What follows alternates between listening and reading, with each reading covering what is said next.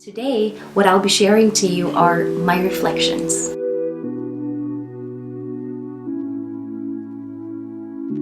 It was a good month before we were leaving Dubai when some of my good friends started asking me if I already missed flying or what were the things that I would miss about flying. And I would honestly say to them, I didn't really have the luxury of time to stop and look back and assess what I felt about leaving. And I believe that as in all things, there are times that questions and there are times that answers. And today I will be sharing to you some of those answers. I will be sharing to you 1, what I'll miss about flying. Number 2, what I will not miss about flying. Number 3, the exchange of what I gave up. And number 4, my takeaways. Let's get started. To think of these 3 things as something that I would fondly remember and recall every now and then. On top of my list would be the work environment in Emirates and the great conversations that I had. Usually during service, the cabin crew are busy going up and down, looking after the customers, making sure that their needs are met.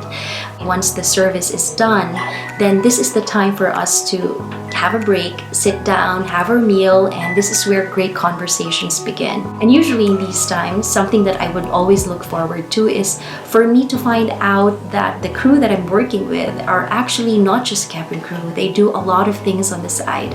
They share that they are life coaches. Some of them are into fitness. They are yoga instructors. Some are financial advisors. Some are entrepreneurs. And the great thing about Emirates is you work with different nationalities. So from those coming from the conservative side of the world to the more open side of the world, you really get to have a feel and a grasp of what these people think, and it opens your mind greatly. We all have different experiences, we all have different backgrounds, and for us to really get along, you really have to have an open mind. That is something that I will always fondly remember. And also, speaking about great conversations, during break, this is an opportunity for us also to mingle with passengers, and a lot of the lessons that I learned also in life were with passengers. Perhaps this is the reason why I really stayed in first class for so long of a time, because in first class, the seats are limited. You really get to have enough time to mingle and interact with the customers. And not just in first class in general, with all the passengers, people have a story to tell, and it's a unique story, as in all people are all unique. And by really talking to people and really listening and getting interested to the stories that they tell, there's always a lesson to learn. You only need to be curious. Now, the second thing that I would fondly remember Emirates is the way it encourages its crew to really speak their mind out. The way Emirates trains its crew, you should speak your mind. And where I'm from, I grew up in a culture wherein when you are a kid, you are expected to be seen but not really heard. Usually you just listen to the elders or those who are above you. And if you want to say something, you would really need to think about it twice or thrice before even saying it. But with Emirates, it's not the case. Emirates encourages you to ask. Emirates encourages you to really speak your mind. To cite an example, during our briefing, the captains would usually come out and of course they would give us a pre-flight brief, and they would always say, if you see, hear or smell anything, let us know. Don't hesitate to pick up the phone and let us know. And also, if there's anything that you're unclear about, they would always encourage you to ask. The captains would always say, there are no stupid questions. And it's not just the captain. Everybody encourages that. While we were in training college, the managers that we have, the seniors that we have, and somehow for me, when I joined, I was 21, I was pretty shy, and as I said, I really grew up in a culture where you really have to think about what you say.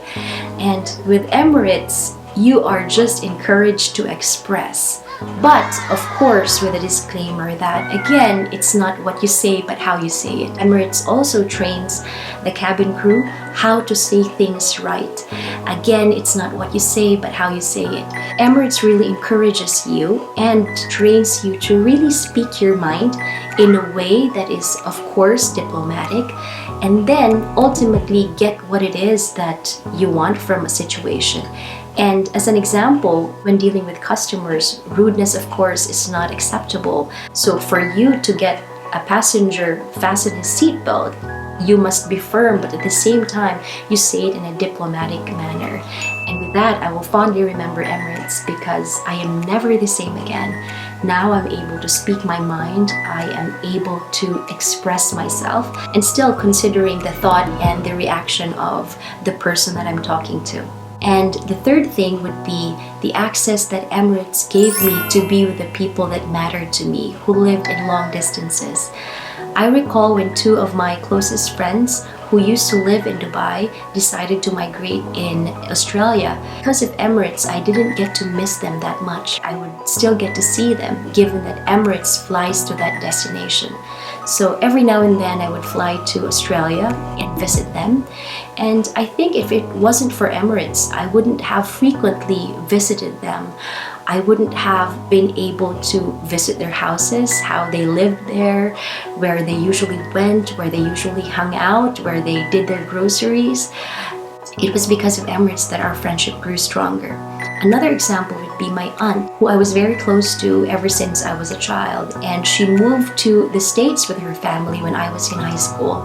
I never thought that I would get to see her as often as I would. I got to visit her several times in San Francisco because I was doing a flight there. So who would have thought that I would get to see her for free?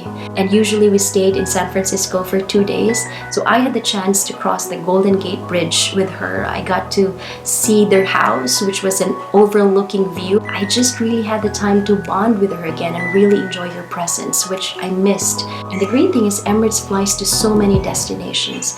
And because of that, if you have family here on the south, on the north, on the west, and the east, then it's easy for you to connect because you knew that Emirates is going to bring you there on a duty, and one way or another you're going to see a family or a loved one or a relative or a friend.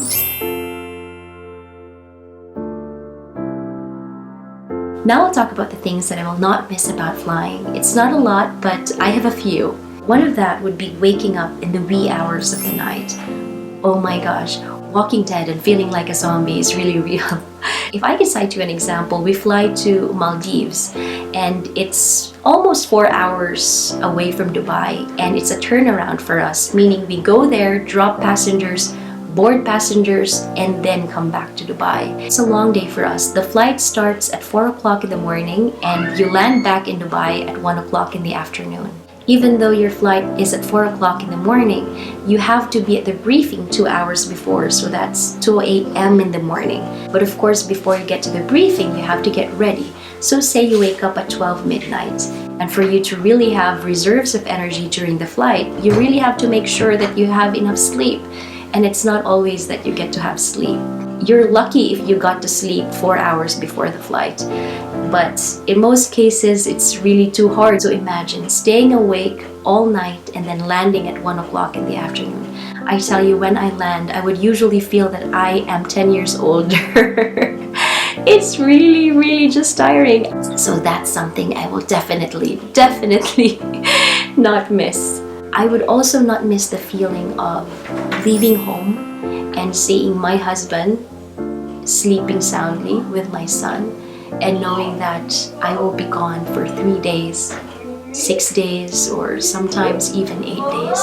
So this is something that I will definitely not miss. The second thing that I will not miss about flying would be the times when I would miss special occasions because I needed to fly. On my previous video, I said that I was very close to my grandparents. And when my grandfather passed away, I couldn't go home. And other occasions such as wedding of a close friend, or to narrow it down, sometimes even birthdays of my husband, I couldn't be there because my leave wasn't granted, I wasn't given a day off, and I really needed to fly. Having said all these, I knew that when I accepted the job, I will really miss special occasions. I knew that beforehand. And it's different when you get to feel it, and it's different when you get to experience it. And now looking back, I had to do what I had to do. I had a job and I had to fulfill it. And now that I'm not a cabin crew, well, definitely that's something that I will not miss. It is said that in life, one way or the other, if you lose something, you gain something.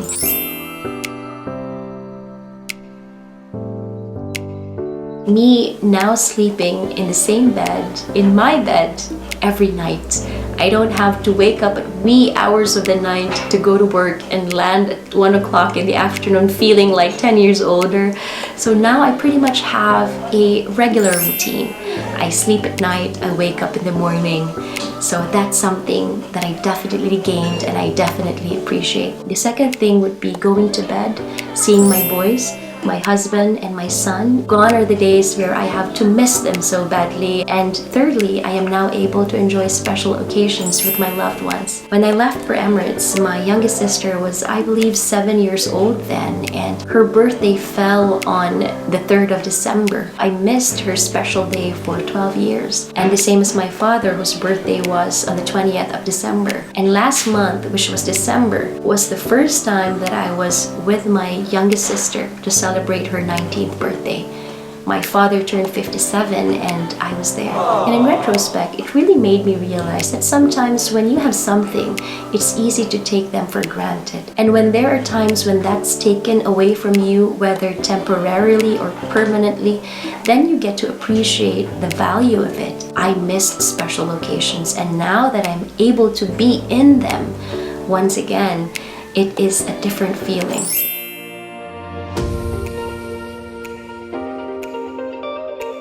I am someone who believes that in all experiences, there is something that we can take from it. And an experience is there to teach us a lesson. With my experience with Emirates, what I will be bringing for sure is, for one, wherever I am with people, I can always learn something from them. Whatever profession they might have, how old they may be, and the only thing that we need to do is to be curious, to really be genuinely curious. And by being genuinely interested in the person, you learn so many things, not just about that person, but also about you. You learn that life is not all about you. And by being genuinely curious, being an attentive listener, being acceptable and being open, you become a better version of yourself. The second would be to have the confidence to speak up and to be brave in asking questions. Your culture should not be a hindrance. How you were brought up should not be a hindrance.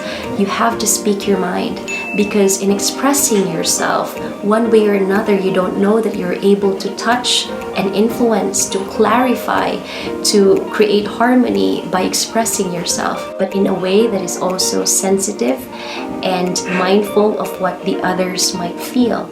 Again, it's not what you say, but how you say it. It feels good to speak your mind out, and there are no silly questions. And when you ask questions, this is where you clarify and you get a bigger and a deeper understanding about life. And my third takeaway would be to keep connecting with people who matters, the people that you love and who love you back. Even though sometimes the people that we love are too far from us, we cannot travel, I think it's important to really connect. And with the advancement of technology, we can always turn on our Facebook Messenger, Skype, or Zoom to really just create and build deeper relationships. Because as we build deeper relationships, in one way or the other, we will feel that we are not alone, that we are significant, and that we actually matter to the world.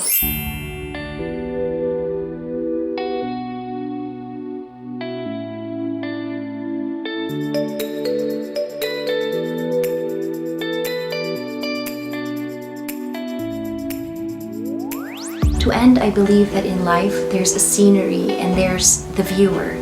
And the scenery is not as important as the viewer. So whatever it is that we are confronted in life, it could be a happy one or a sad one, or it could even be the most painful one. And as the viewer, we can choose to see what is good and what is beautiful. And by doing so, you do not only grow, you also bloom. And you do not only learn, but you also become stronger. And with that, like always, thank you very much for watching, and I'll see you again next time.